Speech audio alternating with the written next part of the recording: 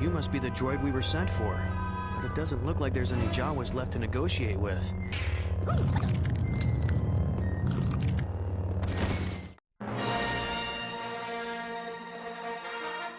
Have you ever wanted to craft your very own lightsaber and stare at Twi'lek arse for the entire duration of a game?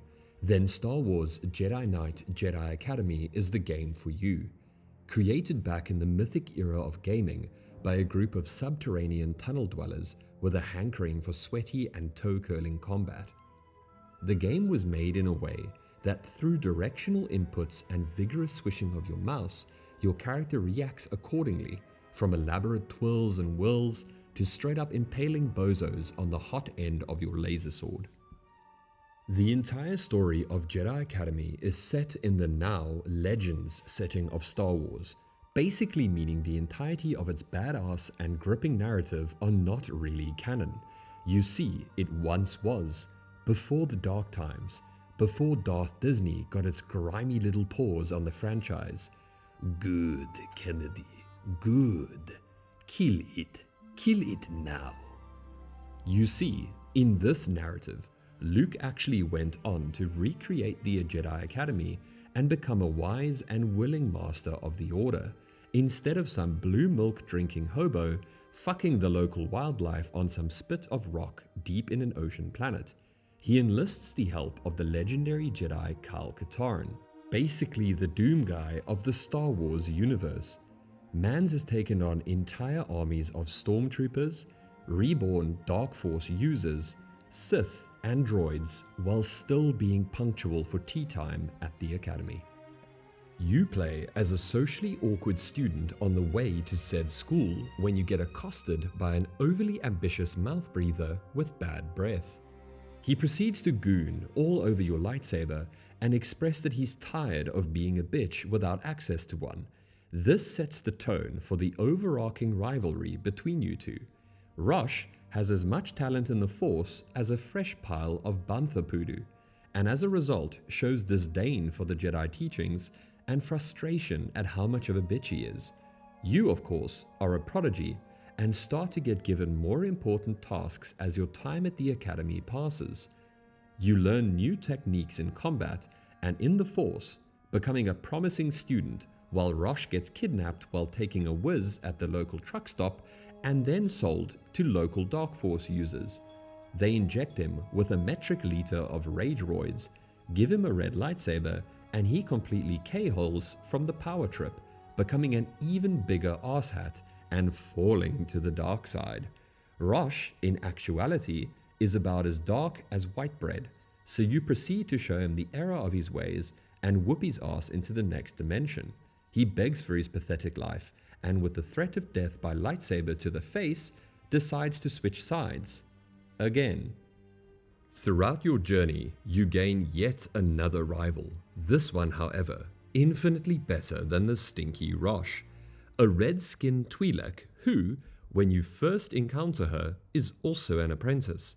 You two battle it out on multiple occasions, trading verbal jabs and lightsaber stabs. The sexual tension reaches an all-time high by the close end of the game, where you either choose to listen to her and become a simp lord, or reject the evil whispers and temptations and stay true to the Jedi Order. The choice is yours. In my honest opinion, I'd love to impale Rosh on the pointy end of my laser sword, but the very thought of having to fight my boy Kyle after turning to the dark side makes me sick. As a result, I almost always save Rosh and become the big hero that everyone adores. Yay me, fuck you Rosh. As you progress through isolated missions, which can be anything from disarming terrorist bombs at massive factory complexes to taking the meaning of vigilante justice on Tatooine to a whole new level, you can put perk points into various Force abilities. These range from your base Force, which only upgrades through story progressing, light side, which in reality, the only useful ones are heal and protection for a particularly annoying mission later on, and then the fun side, with things like Force Choke, which at higher levels let you fling enemies to their doom while they scream like little bitches, or Force Lightning, where you can clear an entire room with a single cast from your fingertips, turning everyone unfortunate enough to be caught in the storm from sentient meatbags to sizzling meatballs. Dark Rage kinda sucks in my opinion, and Force Drain, while kind of situationally useful, only really applies if you enjoy sucking off your enemies. You also gain new lightsaber styles as you become a more trained Jedi.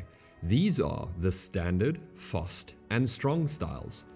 Personally, I find the Fast style to be a little bit OP as you jab and slash like an annoying little wasp until your enemies die from profuse blood loss. It does less damage overall, but the speed of your attacks usually overwhelm your opponent. There are special moves you can do based on directional input as well, such as a roll stab, a full lightsaber kata, twirling your blade like a badass. There's loads, and taking the time to learn them and execute them in combat feels both satisfying and crunchy in the best ways. Eventually you get the choice to keep your single-bladed lightsaber or enhance it to either a dual-wielding or saber staff stance. Now, if you choose anything other than the latter two, you're wrong and should rethink your life. The saber staff is an amazingly versatile weapon with huge points in style.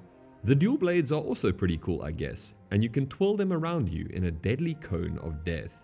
Combat in this game is utterly amazing. It feels great to cut through the general chaff like mercenaries, non-Force users, and innocent civilians.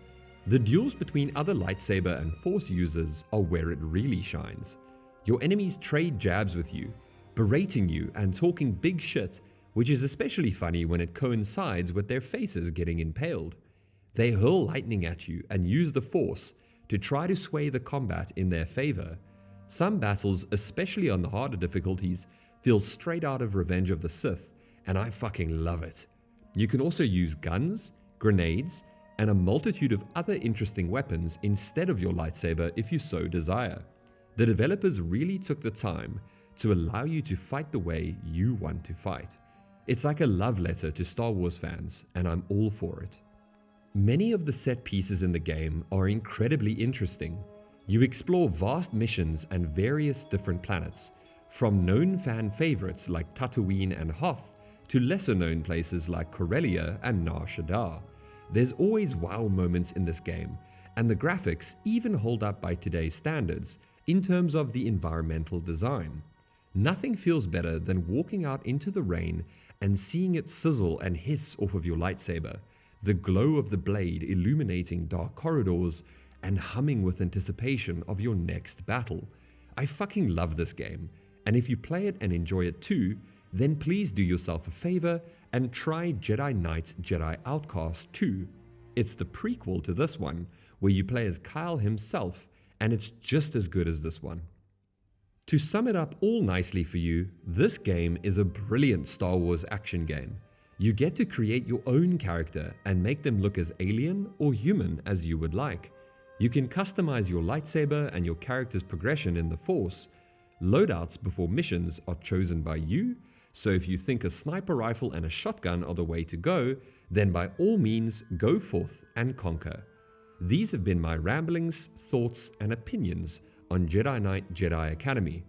And if you're even a little bit interested in what this game has to offer, go and give it a damn play. You will not be disappointed. As always, thank you so much for listening, and I wish you all the very best going forwards. Go well, and may the Force be with you.